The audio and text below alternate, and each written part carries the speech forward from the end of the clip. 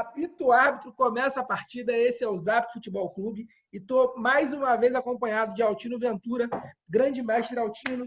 Vamos comentar sobre o Brasileirão? Estamos aí, estamos juntos, vamos comentar. Só queria começar, e você trocou a camisa porque o Fluminense perdeu? Não, né? Não tem nada a ver. Não. Se fosse assim, você tinha que ter trocado também. Não, mas a minha do Atlante não. Atlante Não, não mas perdeu, todos né? os cariocas perderam. Foi isso que eu quis Ah, dizer. sim, sim. Foi uma Foi rodada ruim para terrível todo para o mundo. Cariocas.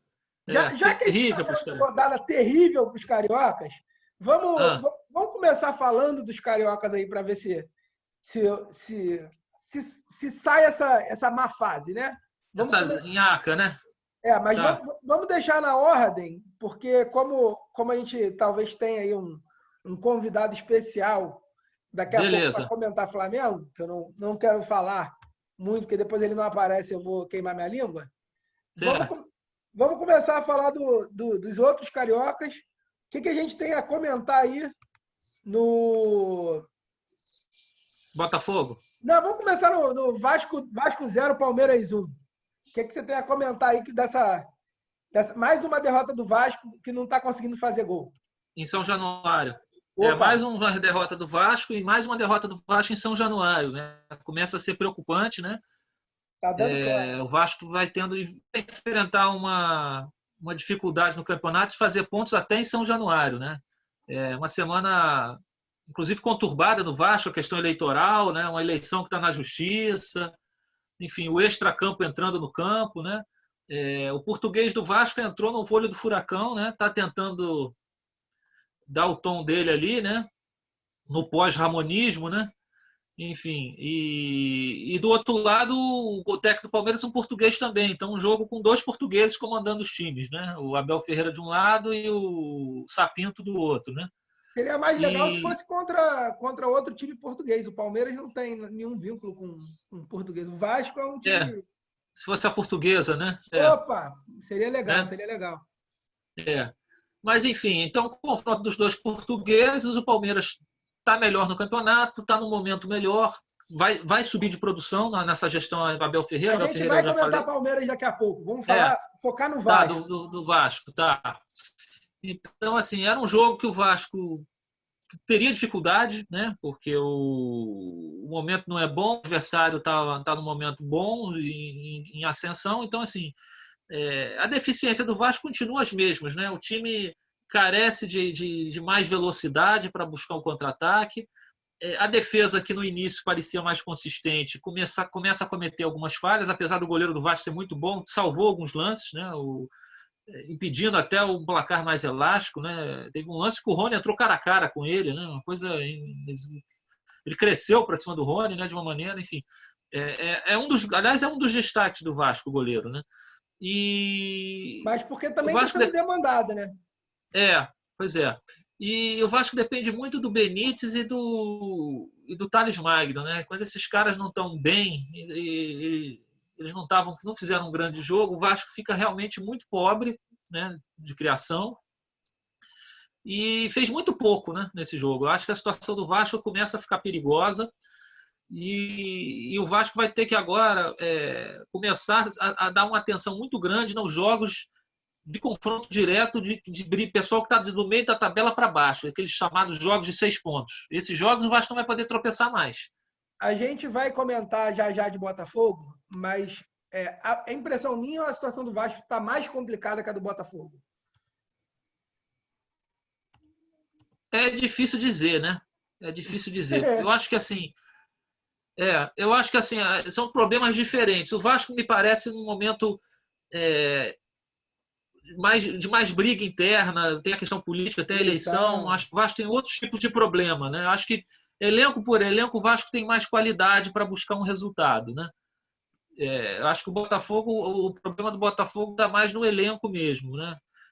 Tem a questão dos atrasos salariais, essa questão da SA que o pessoal vê como uma esperança, né, de melhorar a gestão, mas eu acho que a questão do Vasco me parece mais externa, né, e o do Botafogo me parece mais dentro do elenco como um todo. O Botafogo já trocou mais de treinador, inclusive, né? Acho que já vai para o terceiro, né? Já é o terceiro treinador, terceiro ou quarto, sei lá, né? A gente já está Enfim, perdendo então a a situação do conta. Botafogo Eu já perdi a conta. Não, teve o Lazzaroni, teve o Autuori e teve mais quem? Teve aquele outro rapaz lá, enfim, já nem lembro o nome dele. Foram tantos, né? Enfim, então a situação do Botafogo. E agora vai vir vem um treinador, né, que vem machucado, né? Uma coisa inédita. Eu nunca vi disso, né? Foi direto para o departamento médico. Eu acho isso aí bastante futebol brasileiro, aquela coisa do futebol raiz. Então, isso mostra o grau de dificuldade que o Botafogo vai enfrentar. Então, nessa comparação Botafogo e Vasco, eu acho que a situação dos dois é bem difícil. Difícil dizer quem está pior, acho que os caras são diferentes. E acho que os dois têm que. Eu não descarto, não é um cenário impossível de os dois caírem, cara. O que seria um desastre para o futebol carioca, né? Porque tem outras equipes ali que parecem dar suspiros que vão sair. O Bragantino é uma delas, tem outras. Então, assim, o Curitiba, eu acho que o Botafogo você e Vasco tem que abrir o lá no olho. início, está começando a dar uma respirada. O Curitiba, pois é. Então, assim, a situação do Botafogo e Vasco tem que abrir o olho, porque eu não consigo imaginar um campeonato brasileiro com só Flamengo e Fluminense na primeira divisão. Isso é o impacto financeiro e o impacto até para Flamengo e Fluminense dos dois na segunda divisão é terrível, terrível. E hoje em dia, num cenário que a segunda divisão não tem aquela proteção da cota, né? Você cai a cota TV mesmo, vai para 15 milhões. Se arrebenta. Então, assim, você sai de um cenário de se arrebenta, não tem condição. Então, vamos, já que a gente está falando de Botafogo, vamos comentar esse Bahia 1, Botafogo 0.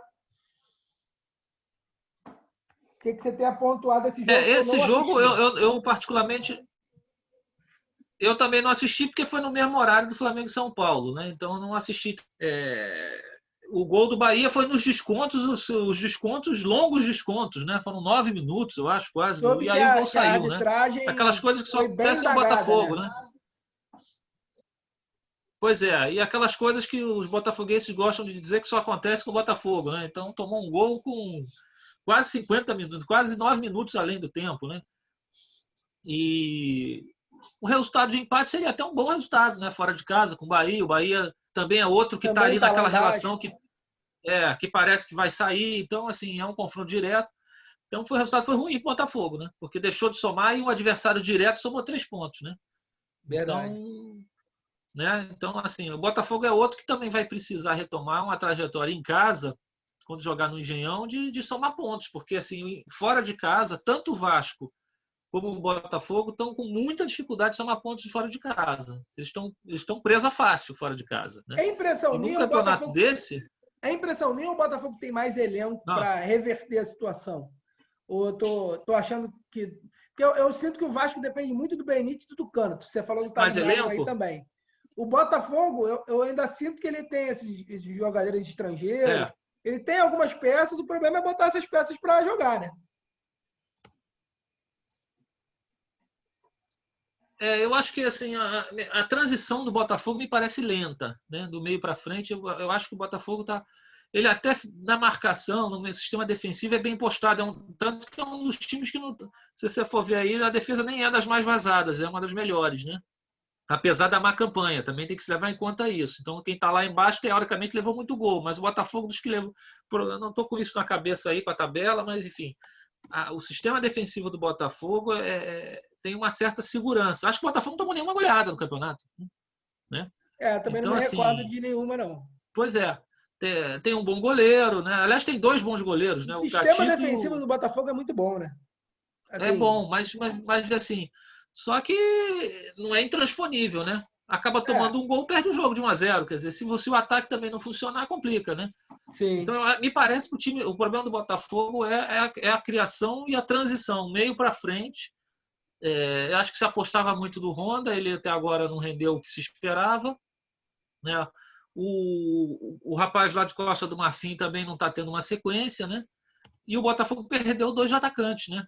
Os 2 caras de lado que ele vendeu, o Luiz Henrique e o Luiz Fernando. Então, assim, eu acho que isso prejudicou ainda mais a produção ofensiva do Botafogo, né?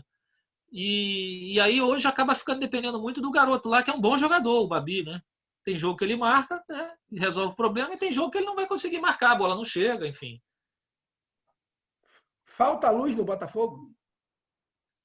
Falta luz e falta mais coisa também. Não, é que tu falou que saiu 2 Luiz, falta luz, né? Tá faltando Falta. a claridade ali no ataque. Por falar em claridade, vou entrar aí nesse jogo que eu achava que eu não queria comentar, vou deixar até com você.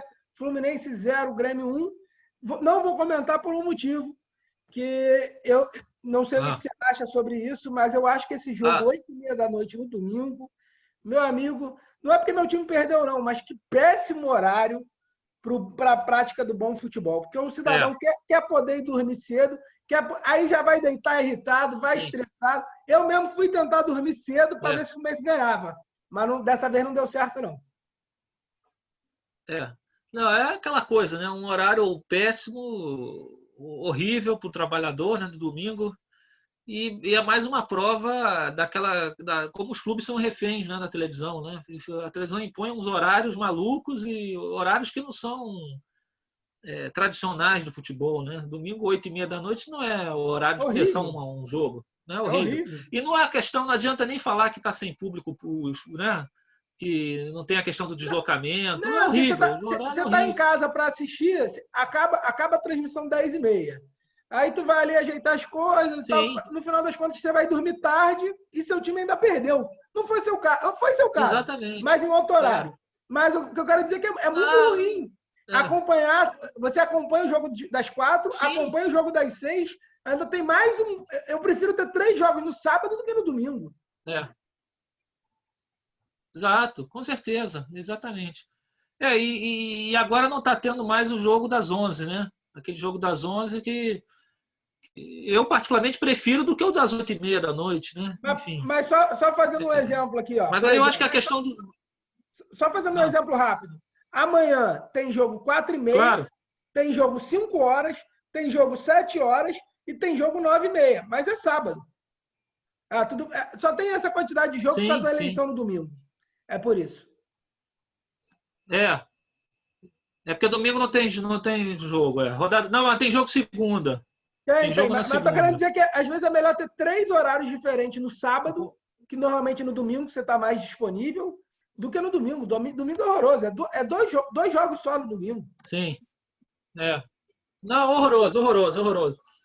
Então, assim, o jogo já vai marcado num horário horroroso, sonolento. Eu acho que isso afetou o Fluminense aí, sonolento para o jogo. Era um jogo importante, porque o Fluminense estava bem postado na classificação, os resultados aconteceram, alguns tropeços de times lá na frente, Flamengo, Inter, né? Tinha alguns tropeços aí em curso, né? Então era um confronto que o Fluminense podia dar uma pulada para frente e enfrentava um adversário que vinha próximo do Fluminense e em ascensão, porque o Grêmio é aquilo que eu já falei, o Grêmio sobe de produção nesse momento. Então, assim, era um jogo muito importante, né, para o Fluminense se afirmar, mas também criar uma gordura para o Grêmio, né, não deixar o Grêmio entrar nesse bloco da frente. E o Fluminense, acho que não sei se não teve essa consciência da importância do jogo, não sei se foi o horário, o time não fez uma boa partida. Não sei se o Odair tem dificuldade desde a época dos Grenais com o Grêmio, não sei qual é o problema. O fato é que o Fluminense não foi bem, né? E o Renato, o Grêmio com essa vitória aí, entrou no bolo aí, tem 8 equipes no bolo, né? O primeiro ao 8º tá todo mundo ali no pelotão, né? Teoricamente, todo mundo tem chance, né? A gente sabe que não é verdade, porque a gente sabe que o campeonato é longo, tem a questão dos elencos, enfim, a maratona, mas concretamente hoje tem 8 times na briga, né? Sim. Olhando assim, parece que tem 8 times, o que é uma coisa rara. Nos últimos anos nunca aconteceu isso. Mas eu tenho a impressão que mais 3, 4, 5 rodadas essa coisa vai nivelar para 3 times. Ainda falta muito campeonato, por isso que está tão aberto. Mas eu tenho a impressão que mais 4 a 5 rodadas afunila em 3, 4 no máximo, entendeu? Mas o fato é que, assim, foi uma derrota dura para o Fluminense, no momento que o time vinha em ascensão com vitórias fora de casa, tinha ganho do Fortaleza, que é um jogo difícil, né, fora de casa. Então, aquela gordurinha que o Fluminense criou se perdeu, porque perdeu 3 pontos no Maracanã, né? Enfim. E o Fluminense é aquela situação que você falou, né? Você sempre fala aí, Atlético Mineiro são os 2 que só tem o brasileiro, né? Então, é um trunfo que tem que ser aproveitado, né? Exato. Eu ia comentar agora, a gente ia para o jogo do Flamengo, para o 4x0 Atlético Mineiro como carioca, mas como o nosso comentarista rubro-negro não entrou, sabe, Paixão Rubro-Negra, eu vou dar Sim. sequência para os times paulistas, e aí quando Tá. ele entrar, a gente comenta Flamengo. Pode ser? Beleza, vamos para os paulistas. São Paulo 2, Goiás 1. Placar esperado. É o jogo, mais um jogo da polêmica do São Paulo, né? Mais um jogo. E vale um a bola comentário entrou, que você cravou esse placar aí, ó. Quem confiou em você se deu bem. Cravei, 2-1. O Goiás, assim, o Goiás sempre joga bem contra o São Paulo, né? Isso é meio histórico, por isso eu cravei. Eu ia até cravar empate, né? Mas como o São Paulo está num bom momento e o Goiás é o lanterna, eu cravei 2-1. Mas isso é uma coisa histórica, assim, o Goiás sempre faz gol nas partidas contra o São Paulo, principalmente no Morumbi. Tem vários. O Goiás é uma das equipes que mais vence no Morumbi, que mais resultados bons escolhe no Morumbi contra o São Paulo. Eles têm uma rixa muito grande, histórica, inclusive desde aquela época que o São Paulo foi lá e tirou vários jogadores do Goiás, né? Não sei se você lembra disso. Lembro disso. Aquilo ali assediou, aquilo acirrou. O Goiás ele sempre entra mordendo contra o São Paulo. Eles têm uma raiva muito grande dos São Paulinos. Então era um jogo que ia ser difícil, se desenhou muito difícil. O Goiás abriu o placar, né? Fez 1-0. O São Paulo do Diniz com aquela grande dificuldade sempre de enfrentar equipes menores, retrancas. Quando sai perdendo, então vira um drama, né? Deu até a sorte de empatar quase na sequência, mas ficou martelando para fazer o segundo jogo com muita dificuldade, né? E o polêmico gol, a bola entrou, não entrou, está sendo brigado até hoje, né? Realmente o ângulo não é conclusivo. Todos os indicativos é que a bola não entrou, né? Enfim. E você não tem VAR para isso, né? Aquela coisa da linha do impedimento você não consegue traçar ali. Eu acho incrível isso, né? Como é que você não pode usar essa tecnologia para o gol, né? Sim. É a história do chip, então né? É um Que segundo botaram o jogo. chip na bola. Pois é. Então, e aí é o segundo jogo que o São Paulo é claramente beneficiado pela arbitragem no Morumbi. Já tinha sido assim com o Grêmio, né?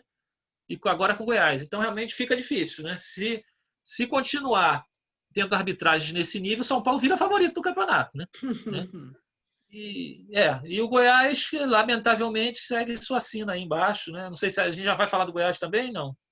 Não. Se quiser, pode dar o comentário logo, porque aí já mata. Então, assim, apesar da boa partida que o Goiás fez, quer dizer, e com todos os prejuízos de arbitragem, quer dizer, o fato é que o Goiás está numa posição muito delicada, segue na lanterna, bem abaixo dos outros, né? Tem alguns jogos a menos ainda.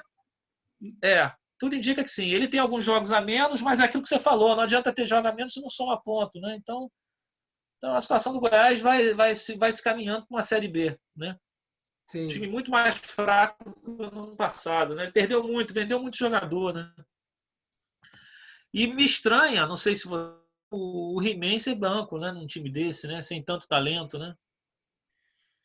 O Fred também é banco no Fluminense, então acho que é meio compreensível. Mas o Fluminense tem elenco, o Goiás não tem, né? Mas o tempo está O passando Goiás também, não né, tem Altino? tanto jogador com nome, com peso.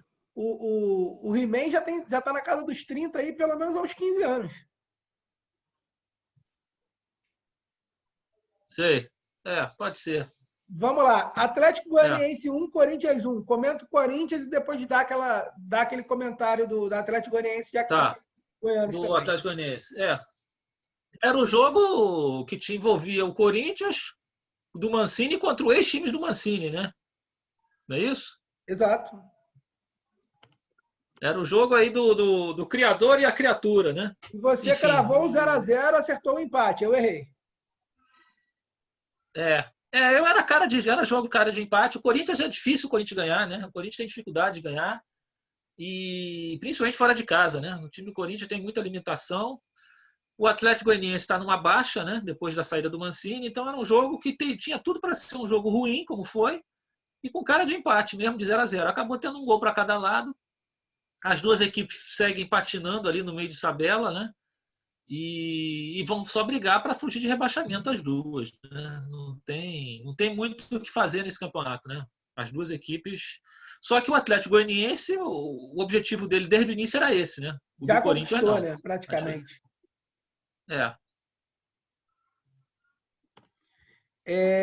Vamos então para comentar o Palmeiras, que ganhou do Vasco, que a gente acabou não comentando. O que você tem a botar aí? Palmeiras o Palmeiras engrenou. Não, o Palmeiras virou favorito das 3 competições, eu acho. Eu cravo isso, do Libertadores e Copa do Brasileiro. Né? Ele virou favorito porque contratou um excelente treinador, tem um bom elenco, que estava de sacanagem com o Luxemburgo, claramente. Né? E o time mudou da água para o vinho. E assim, o Abel Ferreira nem conseguiu dar o seu tom ainda, porque são só 3 jogos. Né? E o pouco tom que ele já deu, você já sentiu a melhor. E vai melhorar muito. Né? Daqui a um mês você vai ver como é que está o Palmeiras. Vai estar redondo, nível Jesus. Quer dizer, então, assim, por isso que eu digo que virou favorito, porque é um técnico extremamente preparado, um técnico estudioso, conhece muito de futebol, tem uma vocação de jogar para cima, agressivo, protagonista. O elenco do Palmeiras tem peças para isso. As trajetórias do Palmeiras na Libertadores não são tão preocupantes, né? Na Copa do Brasil também não, né? Já ganhou do Ceará, tem chance de pegar o América Mineiro numa semifinal. Então, assim, o Palmeiras realmente virou favorito, né? E eu tenho a impressão que isso, inclusive, foi um dos fatores que motivaram o Abel Ferreira a vir para o Palmeiras. Dele vir e ganhar tudo, né? Ganhar, inclusive, o Jesus não ganhou, né? Porque o Jesus não ganhou a Copa do Brasil, né? Então, nem o Mundial. Então, de repente, ele vem, encaixota os 3, vai para o Mundial e cria até ganha esse sonho da torcida do Palmeiras, que é o único que não tem Mundial em São Paulo, né? Então, eu acho enfim, que a Copa do aguardar Brasil aí. até pode ser. O Mundial, eu acho que você está vendo ganhar a Libertadores. Acho Não, eu estou só comentando, não. Que assim, sim. Estou só falando como se ele ganhar a Libertadores, ele se habilita para ir para o Mundial. Vendo o jogo do Palmeiras até agora, acho que dá até para ganhar uma Copa do Brasil, ganhar os mata-mata aí, mas Libertadores eu acho que está num patamar acima, né? Não, tá, claro, mas ele começou a trabalhar agora. Estou falando, daqui a um mês você já vai ver a diferença. Porque, sim. Enfim, mas eu acho que o Palmeiras está numa trajetória ascendente, claramente. Vai atropelar uma série de times que estão à frente deles, inclusive o Inter é um deles, que não vai chegar, que eu já tinha dito. Eu acredito que até o Atlético não vai chegar, também é outro fiável, entendeu? Então, acho que ali a coisa tende a caminhar mesmo para São Paulo, Palmeiras, Flamengo, pelo elenco, a mudança vai ganhar outros ares, mas Grêmio, o Palmeiras talvez? um pouquinho mais à frente. Hã? O Grêmio Quê? talvez comece a brigar lá em cima? O Grêmio para brasileiro ganhar, brasileiro não, ele vai estar entre os 4. Ele chega nos 4. O Grêmio está a 6 pontos do líder, né? Assim, é uma mas não vai distância, chegar, mas não. se engrenar, vai. Não chega, não. Chega, não? Para fechar os times paulistas eu acho aí. que chega nos 4. Para fechar os times paulistas, Bragantino 1, Santos 1. Eu cravei o 0-0. Você botou vitória do Santos. Botei vitória do Santos. Eu estava acreditando no Santos conseguindo aquela trajetória de bons resultados do Cuca, né? Mas o Santos teve um problema aí, né? Eu não sei, já tinha sido afetado pela Covid aí, o de Covid, né? Não sei se já tinha impactado nos jogadores disponíveis para essa partida. Sim. O Santos está com um problema gravíssimo no time, né? E a tendência agora é o Santos enfrentar dificuldade no momento que vai ter mata-matas mais para frente, Libertadores. Na hora que mais precisa. Pois é. E a suspeita é que foram os torcedores, né, no aeroporto para se despedir do time, né? Parece que a suspeita é essa, né? Teve contato com muitos torcedores, enfim. Estão falando isso, porque o clube foi um jogo importante, que a torcida foi se fazer aquelas despedidas de aeroporto, incentivo e tal, e teve uma aglomeração, né, gente sem máscara, enfim, aquela confusão. Mas o fato é que o Santos me decepcionou nesse jogo aí. Eu esperava uma vitória do Santos contra o Bragantino, que não faz boa campanha, né? O empate foi muito ruim para o Santos, para o Bragantino foi razoável, mas o Bragantino, já aproveitando também falando do Bragantino, eu acho que o Bragantino está indo na sua linha, né? Eu acho que começa a dar sinais que vai escapar mesmo. Opa, tomara. Ele está marcando ponto. Ou ele ganha, empata, aí ganha outro, aí empata e perde uma, mas aí são... Contra times grandes ele está conseguindo pontuar. Talvez até contra times pequenos Exatamente. ele não está conseguindo, mas ele está conseguindo querer sair da zona de rebaixamento, né? Querer distanciar. Já saiu, mas ainda não conseguiu desgrudar. E é um time que está mais acostumado a isso, né? O objetivo dele era esse mesmo, né? Então, quando você está lidando com uma coisa que você se preparou e você está mais acostumado, O problema é o Vasco, o Botafogo, que não estão acostumados a brigar para não cair. Então aí é que o problema fica, a pressão aumenta, a torcida, né? Então acho que o Bragantino ainda tem esse ambiente externo que não o prejudica, né? Verdade, verdade. Continuando aqui nos nossos times que a gente ainda não comentou, Atlético Paranaense e Fortaleza, 2-1 Atlético Paranaense. Surpresa para você? Vi esse jogo. O Fortaleza fez uma partidaça, né? Jogou muito melhor, saiu ganhando, né? O time do Rogério Ceni com uma postura. Né? Pois é. Foi o último jogo do Rogério Ceni. O Rogério Ceni botou o Fortaleza lá dentro da Arena da Baixada para jogar para cima do Atlético, encurralou o Atlético. Que eu acho que, assim, se você olhar essa tabela antes do jogo, seria o natural, né? O Fortaleza estava com uma campanha melhor, tinha coisa para buscar, né? Para subir, enfrentando o Atlético, que é o penúltimo colocado. Então, se esperar que realmente tivesse essa postura. Só que entre se esperar e executar, a maior parte dos treinadores tem uma tendência, não, fora de casa, lá contra o Atlético, vamos administrar. E eu achei a postura do Fortaleza muito interessante. O Rogério Ceni botou o time para frente, encurralou o Atlético Paranaense, abriu o placar, né? E poderia ter ampliado. Foi um domínio no primeiro tempo, então foi escandaloso. O Atlético não fez nada, né? E no segundo tempo foi tentando aos pouquinhos equilibrar e tal, e fez 2 gols no final, assim, uma virada inesperada, mas conquistada mais na base da entrega, da raça, da briga. O time do Atlético Paranaense tem muita limitação, mas é um time brigador. Isso é inegável. A gente tem que reconhecer que é um time que tem carências, tem dificuldades, está num mau momento, mas não é um time preguiçoso nem omisso. É um time que briga até o final. A gente viu, inclusive, contra o Flamengo, né? No Atlético Paranaense, na Copa do Brasil, com um time que não tinha mais como reverter, ele foi ali na 3-2, eles brigam até o final, cara. Eles desistem, né? Então, acho que foi uma vitória, de uma certa maneira, surpreendente pelo momento, e pelo momento foi importante para o Atlético dar uma respirada, né? Em termos de briga embaixo. E para o Fortaleza fica uma ducha de água fria, porque perdeu o jogo, perdeu o treinador, e a gente não sabe como é que o Fortaleza vai reagir a partir daí. Parece que está vindo o Chamusca, né? Que era do Cuiabá, né?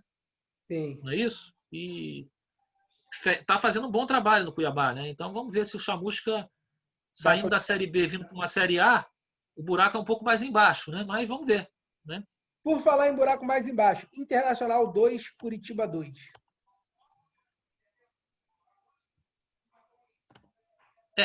O Internacional segue naquela batida que eu já vinha falando, né? Tem certas posturas e resultados e maneiras de atuação que ficam claro que o time está fora, né? O Inter, apesar de ser o líder, ainda é o líder. O Inter não é postulante ao título, né? A gente tem que ser sincero, assim, a partida que ele fez no segundo tempo contra o Flamengo foi uma coisa, no Beira-Rio, foi uma coisa desabonadora para um time que pleiteia o título, né?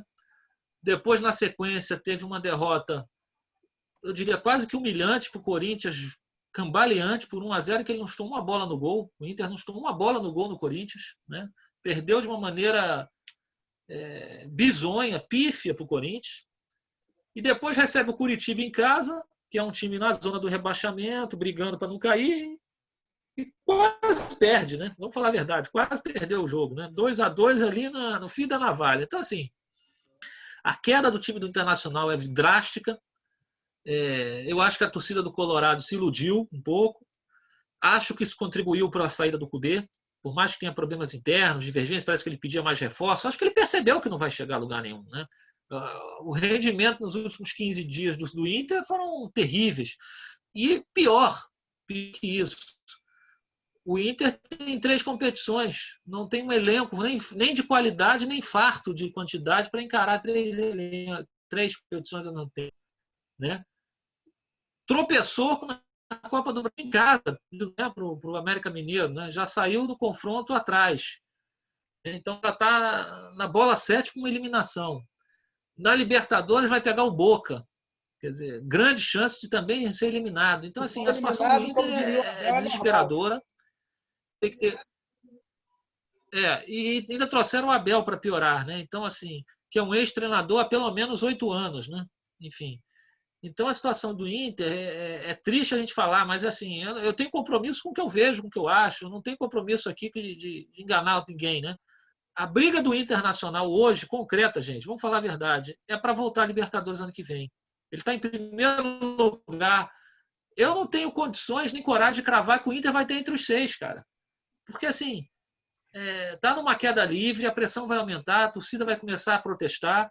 Abel é um ex-treinador, tem história no Inter, mas não vai aguentar o tranco. Outra coisa, o Grêmio está subindo de produção. O torcedor do Inter vai ter que aturar o Grêmio atropelando e passando eles, cara, no Brasileiro. Isso gera outra pressão que só conhece, né?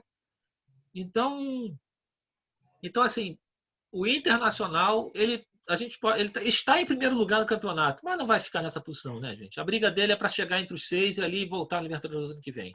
Porque, na verdade, o quinto e o sexto é pré-Libertadores, não é nem Libertadores, né? Ainda Sim. tem isso. Tudo bem que pode abrir mais uma e vaga. O Curitiba... Né? Pelo menos mais uma ou 2 vagas deve abrir. Pode ser. E o Curitiba, que eu não falei do Curitiba, o Curitiba mais um pontinho, né, naquela linha de que eu acho que o Curitiba vai brigar e eu acho que ele chega brigando para escapar. Esse é o perigo do Botafogo e do Vasco. Né? Acho que o Curitiba e o Bragantino começam a dar mostras que estão reagindo. O Atlético Paranaense ganhou esse jogo, não tem ainda confiança, acho o elenco muito limitado. Então, assim, Botafogo e Vasco tem que abrir o olho, Marcelo. Na verdade, o que eu estou vendo aqui da zona de rebaixamento, tem 5 times brigando por 3 vagas, entendendo que o Goiás já foi, né? Sim, sim. Esses 5 que você está colocando são aqui, ó. Botafogo, Vasco, Curitiba, Atlético Paranaense, de baixo para cima, Atlético Paranaense, Vasco, Botafogo, Bragantino e Curitiba. Sim. E que entendi. Um Ceará para cima. Um pouquinho mais na frente está o Atlético Goianiense, Ceará e Fortaleza, mas aí está com 3, 4 pontos a mais. Eu acho que não entram tanto na briga. E até para comentar, já que você adora comentar um 0x0, Ceará Sport 0x0. O que você tem a bater aí? Não, eu não gosto de comentar 0x0 não, viu? Então deixa o 0x0 para lá. Mas assim, o resultado foi bom para o esporte, né? Mais um pontinho, aquela retranca do Jair Ventura, né? Arrumando um ponto contra o forte Ceará aí, que joga em casa, enfim. Mas foi um bom resultado para o esporte, os dois somaram pontos e vamos seguir. Tá entrando o Sávio aí, né? O Sávio está entrando, então vamos entrar no assunto aqui. Atlético Mineiro 4, Flamengo 0. Vou pedir primeiro... Oi? Desculpa, deixa eu interromper. Vai. Sávio, paixão rubro-negra. Ele fica pistola, Sim, Sávio Paixão Rubro-Negra, devidamente uniformizado. Sávio Paixão Rubro-Negra. Devidamente uniformizado. Me chamem pelo nome, né? Pelo amor de Deus. Sávio é apelido. Sim. Olha a nossa. Sávio, já que você já chegou e aí você não pôde comentar ali Copa do Brasil, vou te dar a palavra para você comentar tanto o Atlético Mineiro 4, Flamengo 0, e depois você comenta rapidamente o placar da Copa do Brasil, e depois o Altino conecta e vamos embora, vamos para dentro. Bem, eu vou usar o jogo o patético jogo do Flamengo contra o patético, tá? Ali eu acho que foi como se fosse assim, foi um processo de... Eu acho que a espinha estourou ali, sei lá, qualquer coisa que estava acontecendo especialmente nas últimas 2 semanas e meia, né? Eu acho que o trabalho do dono estava indo bem, com todas as turbulências, não vou nem usar turbulência não, com todos os furacões, com tudo que estava acontecendo, estava indo bem, né?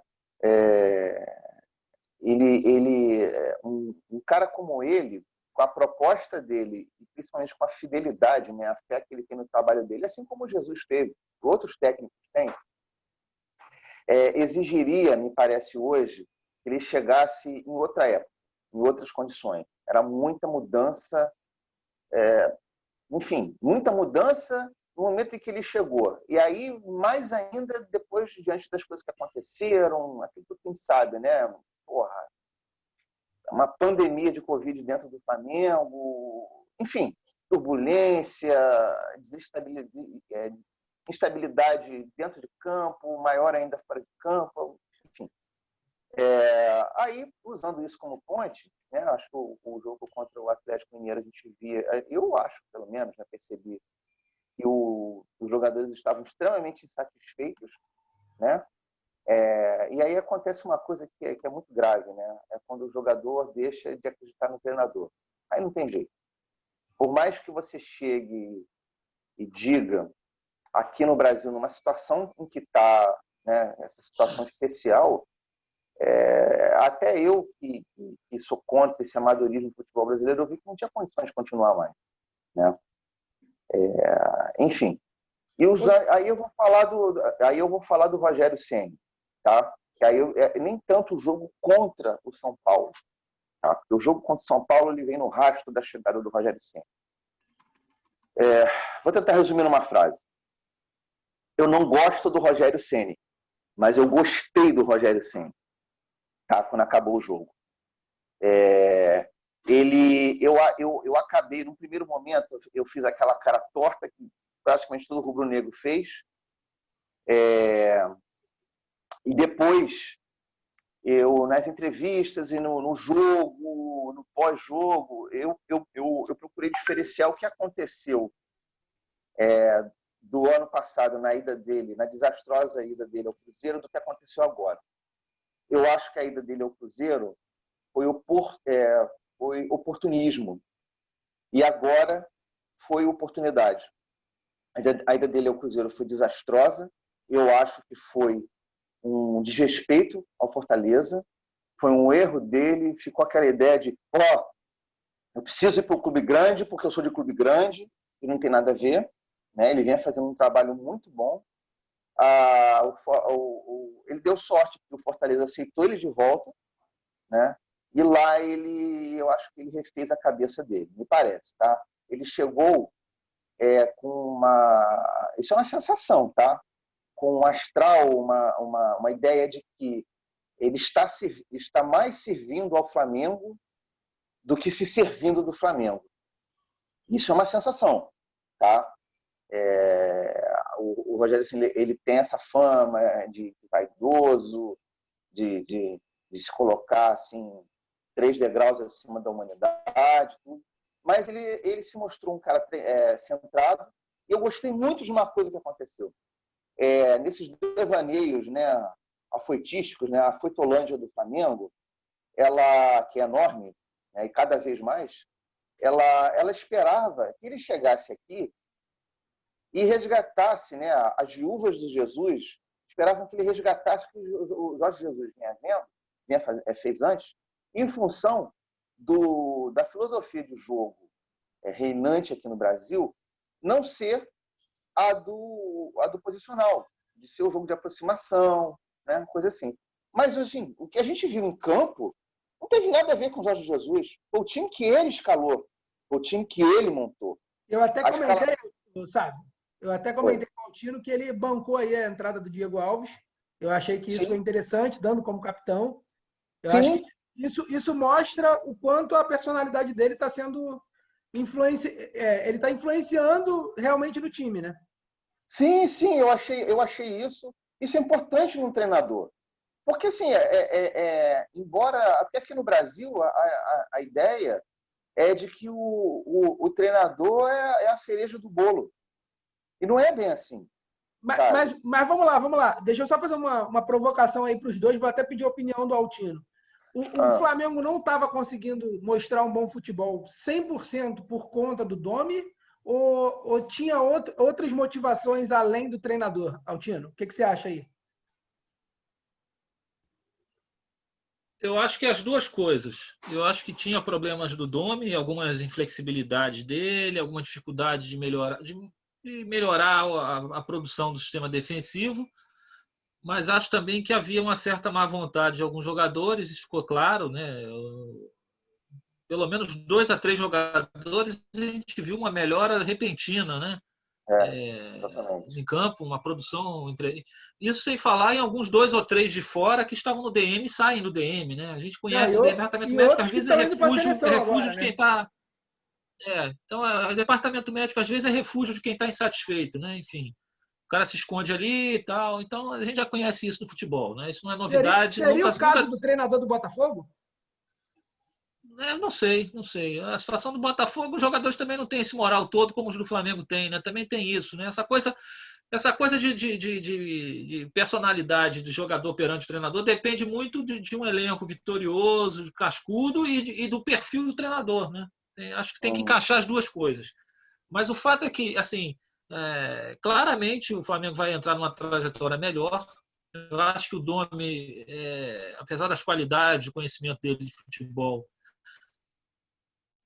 com a torcida do Flamengo e com parte do elenco. E aí, quando você não consegue desenvolver isso, e qualquer relação de futebol de um grupo, você exige uma gestão de pessoas, né? Você tem que ser querido, você tem que ser respeitado, você tem que ser acreditado, como o Sábio falou. Eu acho que faltou esse plus para ele, né? E acho que isso foi decisivo, né? Para mudança de treinador, enfim. E acho que o Rogério Ceni conseguiu entrar, chegar e ter uma boa leitura desse momento. Acho que ele chegou muito bem na coletiva, foi bem acima do que eu imaginava, me pareceu um cara consciente do desafio, bem centrado no que tem que fazer. Já conseguiu, numa conversa, mudar a postura. Acho que o time já teve alguns semblantes de uma marcação alta. O Bruno Henrique já jogou muito mais parecido como jogava no passado, mais solto. O Vitinho aberto jogou bem, o Michael aberto jogou bem. O Arão, a questão da marcação, já não ficou tanto buraco ali no meio, na intermediária para a área do Flamengo. Eu acho que ele conseguiu botar o time mais compacto. O Gustavo Henrique, que vinha mal, falhando demais, até falhou para mim no gol do São Paulo. Foi uma falha dele, que a bola foi nas costas dele, mas foi uma falha. Tudo bem, falhou, foi um gol, perfeito. Mas ele já não teve tantas falhas, né, como vinha. E é bom lembrar, assim, que o Rogério Ceni jogou sem Felipe Luiz, né, sem Rodrigo Caio. A Arrascaeta só entrou no segundo tempo, muito pouco tempo, né? Jogou sem Everton Ribeiro, né? Jogou sem Isla, né? E Gabigol fez uma boa partida, mas, assim, claramente você vê que ele está magro, se preparou, ele realmente está com fome de gol, está com fome de retomar, mas claramente ele precisou ser substituído. As pessoas até reclamaram. Tirou o Gabigol para botar um volante contra o São Paulo, né? Claro. Mas o Gabigol não estava mais condição, ele estava se arrastando. Gente, ele ficou parado 40 dias. Faz uma impressão minha. Olha só, ele ficou parado 40 dias, gente. E assim, ele ficou parado 40 dias, e aí eu acho que assim, foi um erro do Domi também no jogo com o Atlético, porque assim, ele sabia que ele ia ter que contar, se ele continuasse à frente, com o Gabigol, porque o Pedro estava convocado. Então, assim, se ele ia ter que colocar o Gabigol de início, na quarta-feira, ele deveria ter dado pelo menos do Gabigol contra o Atlético. Pelo menos meia hora, para já ir começando a se puxar, para poder entrar e jogar 90 minutos depois, se fosse o caso, ou 70. E aí ele, poxa, cometeu a insanidade, que aí eu acho uma insanidade, cara. Você botar o Gabigol, sei lá, 15, 20 minutos, como ele colocou, o time perdendo de 3-0, tomando um chocolate do Atlético, vai lá, resolve. Isso é sacanagem. Isso aí isso é uma covardia, né? Isso não se faz. Por um cara que está voltando depois de 40 dias, afastado, que se condicionou. Você vê, eu nunca vi o Gabigol tão magro. Nunca vi. Desde que está no Flamengo, ele nunca vi ele tão magro, tão preparado. Eu acho que eu acompanho, eu vejo as postagens dele nas redes sociais. Ele vem postando a dedicação, o treinamento, como ele vinha se preparando, enfim. Ele está com vontade, com fome de bola. Ele quer ser o artilheiro de novo. Está muito difícil para ele ser o terceiro ano seguido o artilheiro do brasileiro. Altino. Você não tem a dúvida que ele vai buscar isso. Altino, agora, quando o Domi botou ele faltando pouco tempo lá contra o Atlético, ali já que foi um estopim para a crise também, gente. Porque você não faz mais isso. Ele tinha que ter posto o cara no intervalo, entendeu? O Flamengo estava perdendo 2-0, você coloca um atacante perdendo 2-0, você ainda tem chance de reverter o resultado. Você ainda tem um sopro de esperança. 3-0 com 28, 30 minutos é brincadeira, é sacanagem. Não, e outra coisa, agora... Enfim, então, eu acho que assim, promete... Alô? Fala aí. Oi, pode falar. Fala aí, não, e você falou assim, Aí eu acho que houve um fator, acho não, tenho certeza, tá? Porque todo mundo aqui concorda, que foi fundamental para o Gabigol deixar de ser Gabigordo, ele voltou, né, para o brasileiro Gabigordo. Tava uma vergonha. Verdade. Né? Você não sabia quem era ele e quem era o personagem lá, aquela figuraça da arquibancada. Foi a ascensão do Pedro. Porque ele, sim. não é possível. Ele olhou para o Pedro, o Pedro arrebentando, né? Eu vou até usar uma expressão, eu gosto de citar as outras pessoas, né? Uma expressão do Theo Benjamin, que eu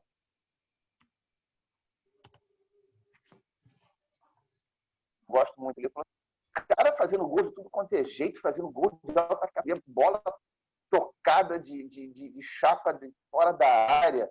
Negócio assim, fenomenal. Né? E aí, irmão, ele vê aquilo, né? Ele sabe que ele mora no coração do rubro-negro, mas, cara, o Pedro já entrou no coração do rubro-negro, sabe? Já sentando no sofá da sala. E aí ele realmente foi como você falou. Ele tá fino como nunca. Estreou muito bem, correndo pra caramba, aquela movimentação maravilhosa que ele tem. Marcelo quer falar. Deixa eu só fazer um comentário rápido. É impressão minha ou quando o Pedro e o Gabigol tiverem disponíveis para o Flamengo, o Bruno Henrique, pela má fase, senta no banco? Será que dá para botar os dois no mesmo time?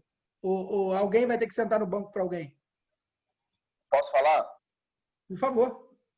Eu acho que é o seguinte, são formações diferentes, tá? Isso aí vai depender de como o time vai ser montado partida a partida. O Rogério Ceni é um treinador extremamente versátil. A gente vê o Fortaleza jogando e outro dia eu vi uma explicação dele no Bem Amigos, ele mostrando como ele preparou para as últimas, acho que 4 partidas. Você via que ele fazia uma mescla das convicções dele com a forma de jogar do outro time. E eu acho que o jogador tem que jogar quem está melhor, né? Uma formação Gabigol e Pedro, maravilha.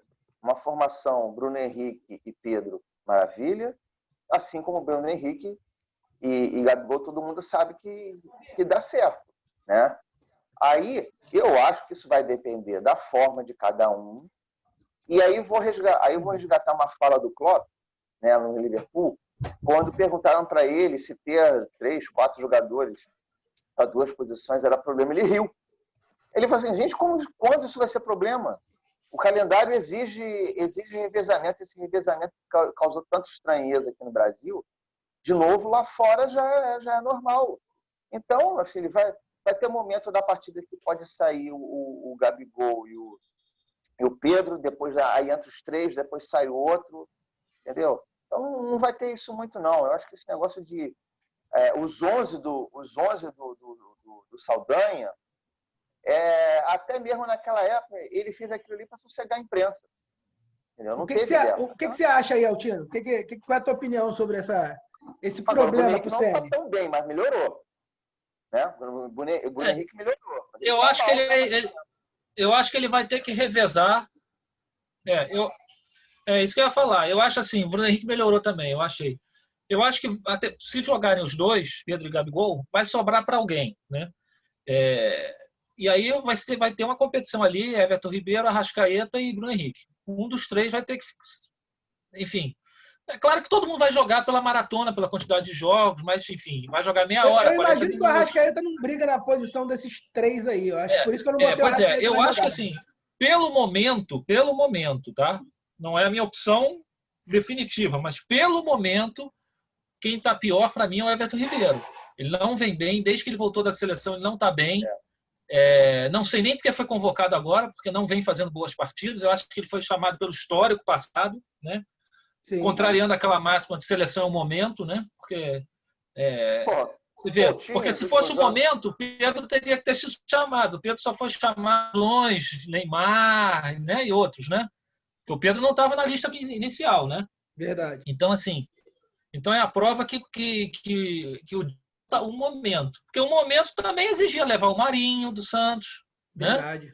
se fosse o momento. Então, o Everton Ribeiro ele foi pelo histórico, não foi pelo momento, porque o momento dele não é bom. Ele não vem jogando bem. O Bruno Henrique também não vinha jogando bem. Só que como o Bruno Henrique está tendo mais sequência, até porque ele não foi convocado, o Everton Ribeiro teve algumas idas e vindas, seleções e tal, eu acho que o Bruno Henrique conseguiu recuperar parte da sua condição. E vem num processo de evolução mesmo. E aí, eu complemento dizendo, assim, o Gabigol voltando ao time, eu acho que isso pode ajudar o lobby pro Bruno Henrique, porque assim, eles claramente têm um entrosamento do ano passado, já funcionou no passado, eu acho que você viu a alegria deles dois juntos contra o São Paulo, enfim, então eu acho que a tendência é o Bruno Henrique evoluir ainda mais ainda a recuperação do seu melhor momento. E aí vai ficar a disputa ali entre Everton Ribeiro e Arrascaeta. O Arrascaeta também não está bem, né? Teve contusão, uma lesão séria de joelho, também é chamado com frequência para a seleção, isso também tira ele do foco do Flamengo às vezes. Enfim, então é uma disputa que está em aberto para mim. Para encerrar o assunto Flamengo, que eu acho que a gente já falou bastante, uma pergunta rápida para os dois. Diego Alves ou Hugo Souza? Eu acho que no momento, dado a falha do que teve o Hugo Souza e as pressões, eu acho que até as pressões um pouco cruéis e insanas, porque uma coisa é você criticar o profissional. Hã? Precipitadas. Não, eu não diria precipitada. Eu acho que todas as críticas são legítimas. Eu acho que a gente pode criticar a atuação, o erro técnico, a decisão que ele tomou. Isso tudo faz parte do jogo, isso tudo está dentro do script. Agora, a gente infelizmente percebe um movimento de pessoas criticando a pessoa, o extracampo, o extrafutebol. Isso eu acho feio, isso eu acho uma covardia. Isso não que subiu o sucesso, que o garoto comprou um carro, que o garoto isso, que o garoto aquilo. Gente, isso faz parte da vida do profissional de futebol. Todo mundo compra o carro, todo mundo. Veja, a gente entendeu? O brasileiro, a gente tem que criticando é quem já comprou o seu carro, isso, né? Das pessoas subirem na vida, né? Exatamente. Veja, a gente tem que entender que isso faz parte do mundo do futebol, do mundo dos artistas, pagodeiro. Gente, essas pessoas vêm de baixo, sabem pelos seus méritos. A gente tem que bater palma, a gente tem que falhar, faz parte do ser humano. Só que aqui no Brasil a gente tem uma cultura um pouco de vilanizar quem sobe pelos seus méritos. A gente não tem uma cultura de reconhecimento das pessoas que têm seus dons em diferentes segmentos, pode ser no artístico, no esportivo, enfim, e conseguem ascender, melhorar de vida, levar consigo a sua família. Então, assim, eu acho cruel quando as críticas saem da esfera do profissional para a esfera pessoal. Eu acho isso muito cruel. Sim. Então, assim, para encerrar, nesse contexto, diante de que a gente está num país que tem essa postura de pessoas, e rede social acirra muito isso, infelizmente, eu acho que o momento seria prudente ficar com o Diego Alves, para ele sair um pouco do turbilhão, para ele baixar um pouco a poeira dessas críticas, e naturalmente ele vai jogar também, porque tem muito jogo, tem muita partida. O Diego Alves também, claramente, você vê que ele não está inteiro. Ele teve contusão no ombro, ele teve contusão não sei o quê, ele saiu com cãibra, ficou muito tempo parado. O Diego Alves também não está 100% fisicamente. Né? O que você acha? Questão de renovação, né? O que o Sávio Paixão Rubro-Negra acha dessa disputa de posição no gol? Olha, é aquele negócio, né?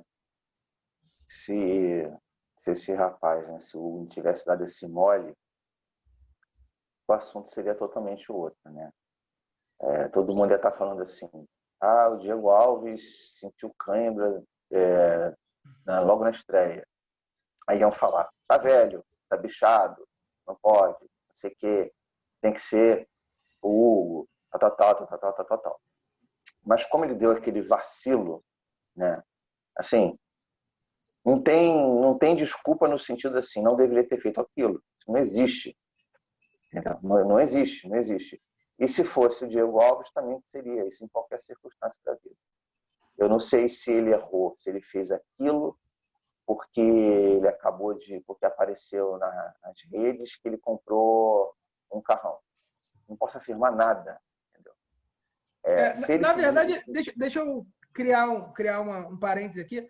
Eu acho que antes dele levar esse gol, quando ele só estava numa ótima fase, que era um ótimo destaque, que eu, até pelo gol, acho que o gol não vai interceder no ano dele ser uma revelação para o futebol brasileiro, uma boa revelação, que eu humildemente acho até que dá para ele sonhar com a seleção brasileira, se ele não resolver ficar tocando bola. Ele já foi convocado. Não, estou falando de seleção principal.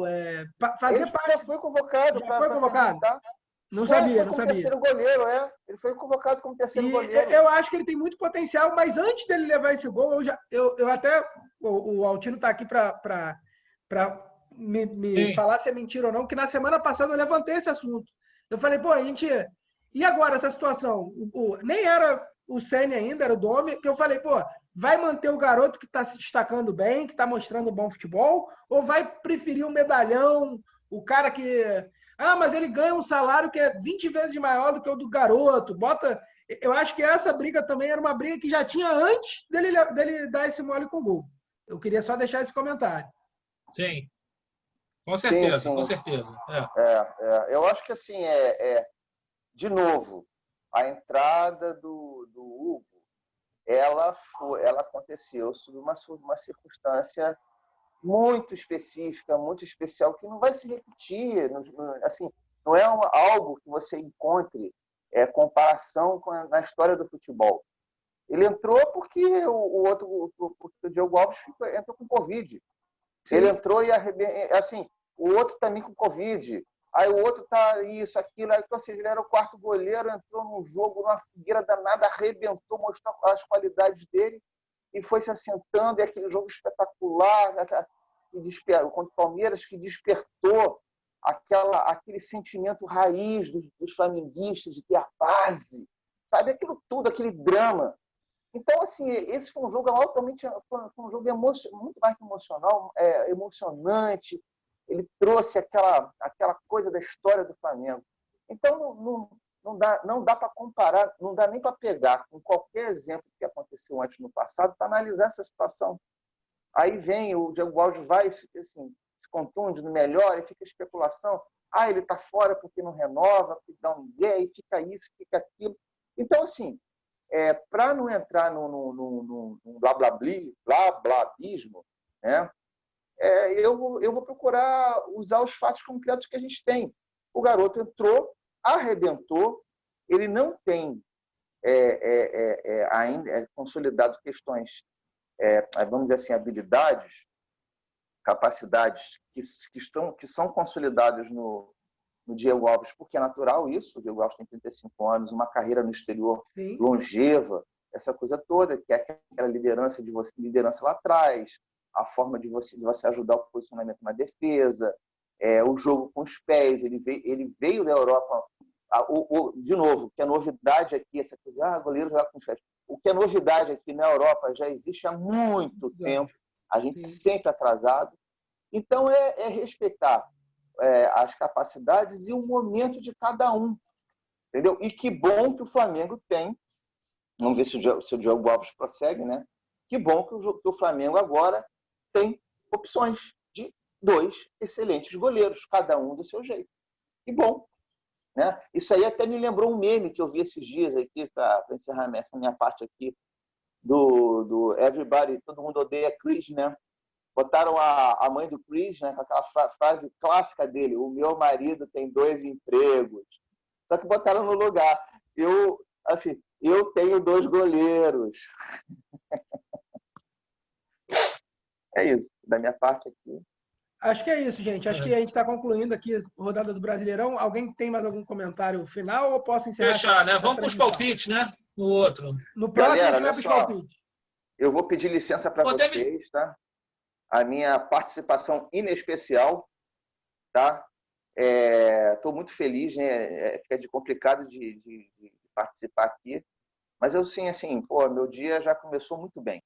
Eu estou aqui feliz com vocês, tá?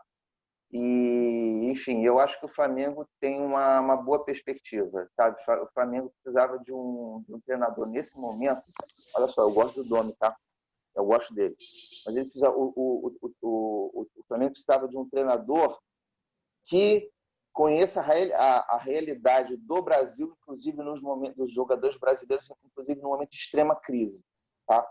Vejam, se vocês não viram, vejam o que o Gabriel Jesus falou lá da Inglaterra sobre o Domi. Acho que é muito esclarecedor. Tá bom?